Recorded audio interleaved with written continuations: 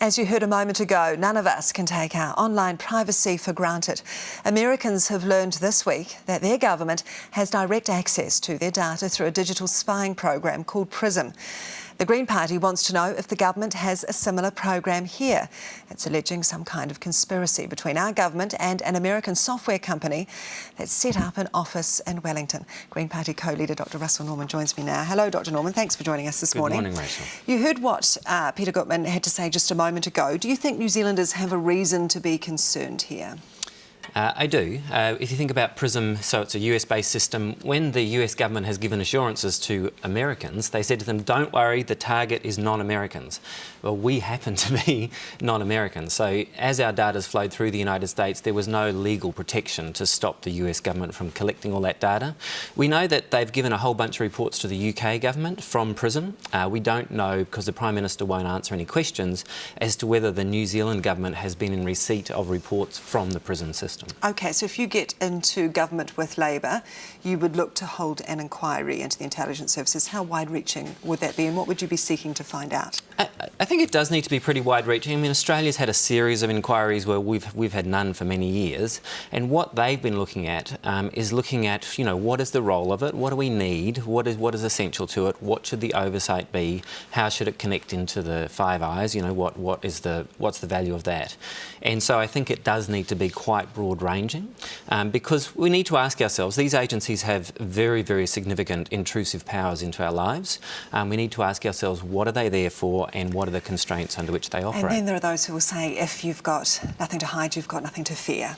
Which is the exact reversal of the idea that you're innocent until proven guilty. If you have the idea of nothing to hide, nothing to fear, says you're guilty until proven innocent.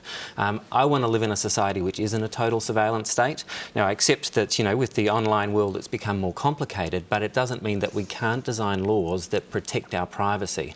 I mean, I like to think about the modern world. It's like, imagine if all of your letters, your physical letters, were being opened by the government, photocopied and then resealed and sent on to you. Well, that's effectively what PRISM does to some degree. And if the government was doing that, people would get pretty upset. It's more than metadata, though, isn't it? It's not necessarily the actual content of emails. Well, if you're a non-citizen, you have no protections from PRISM, if you're a non-US citizen. OK, what do you make of the Five Eyes relationship? Because many would suggest that's a really important security relationship that we have. How do you think China views that relationship? I think there's little doubt that China views it with a lot of anxiety, and they're not very comfortable with it. And one of the challenges for New Zealand as a small independent country is we have to manage relationships with now a couple of superpowers who don't always get along. One of whom is incredibly important to us economically and has become so in the last 5 years, China, obviously, and one of whom is an historic ally, the United States, and with whom we have this Five Eyes relationship. So it puts us in quite an interesting and then you at have times the Chinese, of course, position. who have, you know, blocks across a lot of the internet and things as well. So exactly. You know, do you have any evidence that the Chinese are frustrated with that or concerned about our relationship? Well, I mean, the Chinese, you know, for their own reasons, and you've got to understand Chinese history. Remember, the Western countries, you know, did invade China, and China hasn't forgotten that.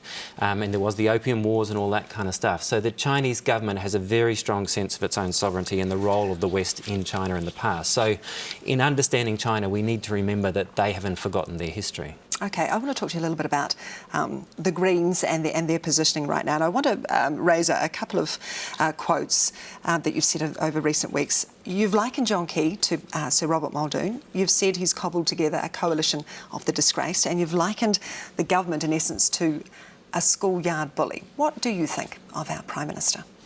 Well, what I think is that he has, since the election, basically been breaking what I would call his compact with the electorate. His compact, remember, he rejected Brash and he said, I'm going to be a moderate, right? And the people of New Zealand said, OK, fair enough. And since the last election, the kind of systemic attacks on rule of law, on basic constitutional principles, I think have broken that compact. And that's why I've spoken out very strongly about it. And I'm not the only one. I mean, the constitutional professor, law professor at Otago University and Canterbury University, that's Philip Joseph and Andrew Geddes have also said similar things. Sure, but you've certainly been the one who's got most of the airtime on this, and we've seen, you know, the Mr Nice Guy of politics is kind of left out the back door.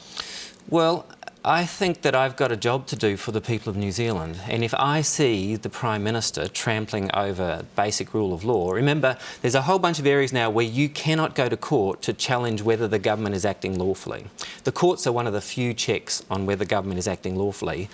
John Key has been pushing legislation through overnight that blocks people going to court. My job is to speak out about it and speak out about it strongly. What are we talking about specifically here? Well, there's a series of the ones now. So we had the one in Canterbury. Firstly, they removed democracy. If you're a ratepayer in Canterbury now, you pay taxes without representation, right? You don't get to elect the regional council.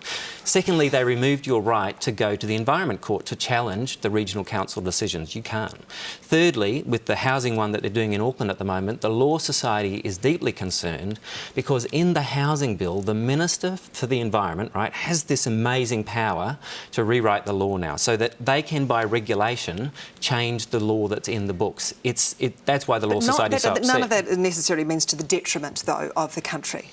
It all means to the detriment of the country. If you believe in rule of law, then you should be able to read the law in the book, right? Okay. And that should be the law. But the minister can now change it. Are you stepping in here, and you know, we're seeing some strong rhetoric coming out of the Greens. Are you stepping in because really Labor's fallen by the wayside a bit here? Well, Labor will do what Labor will do. My job, and you know, obviously we've had an expanded Green Party after the election, and so we've kind of, I think, have had to take on more of the oppositional responsibilities. But when you have a government that is systematically attacking the very idea of rule of law, I mean, think about that. The Law Society, hardly a Green Party stronghold, I would have thought, has come out and spoken time and again that the government is undermining the idea of the rule of law with these changes. The professors of constitutional law are telling this. Isn't my job to speak out about that? The Greens have always said that, you know, they're a party of ideas. Are you now very much, you know, the opposition party? I think we play a very important oppositional role, but we also play a constructive role. So at our conference, Materia, who was kind of like the good cop at the conference, she kind of put forward the proposal. Planned? It wasn't particularly, it was just, anyway, but it went like that. Sounds like it may have been, because you came out, you were pretty strong, and you're right, Materia was good cop. So she got to, you know, we put forward a series of positive proposals. So talking about me as good cop, I put forward a positive proposal around a second cable. And you gave John Key and the government a pretty hard time. Yeah, but at other times we've put forward, and we're consistent, we'll keep doing it, putting forward positive solutions as well. But where they're stepping on the Constitution, we'll speak out about it. OK. Are you trying, though, to position Greens as the opposition party, given what's happening in Labor and the follies that just come through every week at the moment? Well, all I can, I mean, not specifically. I mean, we, you know, I'd love to be have much broader support. We have to win the support of the people of New Zealand. I believe that what they need from us as an opposition is for us to speak strongly where it's needed. They don't want us to kind of carp on all the time, but they do want us to speak strongly where it's important. That speech, I agree with you, it was a strong speech, but this is an important issue. OK. Would you have gone to the corporate box, accepted an invitation from SkyCity? No, of course not. No. Is that because you're not a rugby man? Obviously, I'm perhaps not as big a sports fan as other people, but I get offered lots of these things, and I always say no. I've never been to a corporate box. So I just think it's, I don't think it's a good look for a politician. I think it's a mistake. OK. Can you believe that senior Labor MPs went there? We're not talking about, you know, the new kids on the block. We're talking about Annette, we're talking about Phil Goff, we're talking about David Shearer. Well, I think it was an error of judgement, and I think that they, on reflection, would probably recognise that. Because the SkyCity deal is so important. I mean, when you think about the SkyCity deal and what's happened here with this government, there were 5 businesses put in an expression of interest to build the convention centre. SkyCity was rated last by the officials based on the criterion. This is what came out of the Auditor General's report, right? They rated SkyCity last when they first assessed them.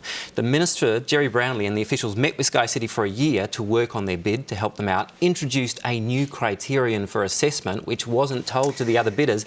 Then they reassessed the 5 bids, SkyCity wins.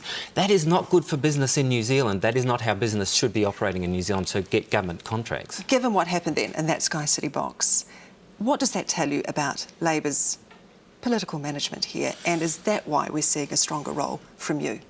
Well, you know, Labor, they're a different party and they don't get everything right. But you need Labor, don't you? You're going to get in government, you need Labor. I think it's fair to say that the most likely alternative government to the current one, of the John Key, Peter Dunn, John Banks government, what a great team, is to have a Labor, Green, progressive, constructive alternative. And obviously we need them to perform well. You're right. What does it tell you, though, about the way Labor's managing itself? They're not perfect, but then who is? Really? Okay. Yep. We all do our best, and obviously we like to think the Greens are great, and we will obviously always, put forward and take the government on when we think it's important. We'll put forward positive alternatives, but, Labor make mistakes, that happens. Okay. Does it also suggest, though, that, there's something perhaps rotten in Labor, not necessarily in the government as you've suggested, but something that's rotten in Labor? So now you're using Hamlet. Okay. So I think there is something rotten in the way the government's doing things, like SkyCity, the rule of law, all of that kind of stuff. Clearly there are some rotten things, if you like, in the way that Labor's done some management around the SkyCity thing.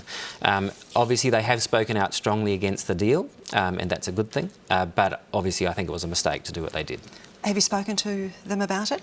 No, I think Materia's made public comment about it, and I'm sure they will have noticed that. But we're not owned by Labor, right? We're an independent third party. Do you sit down and talk, or will you, as we get close to the election, about the strategy, about what the Greens and Labor can do? Because you need a united front here, don't you? We need to cooperate, but we're also competing. I think it's important, we've got to manage that relationship as adults, where we're both trying to work together on some things. NZ Power, a really good proposal to bring down power prices, but we're also competing for the party vote, and that's true. And Shearer has said that as well. We have to manage an adult relationship where we work together on some things, but we're also competing for voters, and sometimes there'll be tensions in that, and that's okay. All right, Russel Norman, appreciate your time, co-leader of the Greens. Thank Pleasure. you. Do stay with us. After the break, all you need to know about how to win this week's book competition. Don't go away.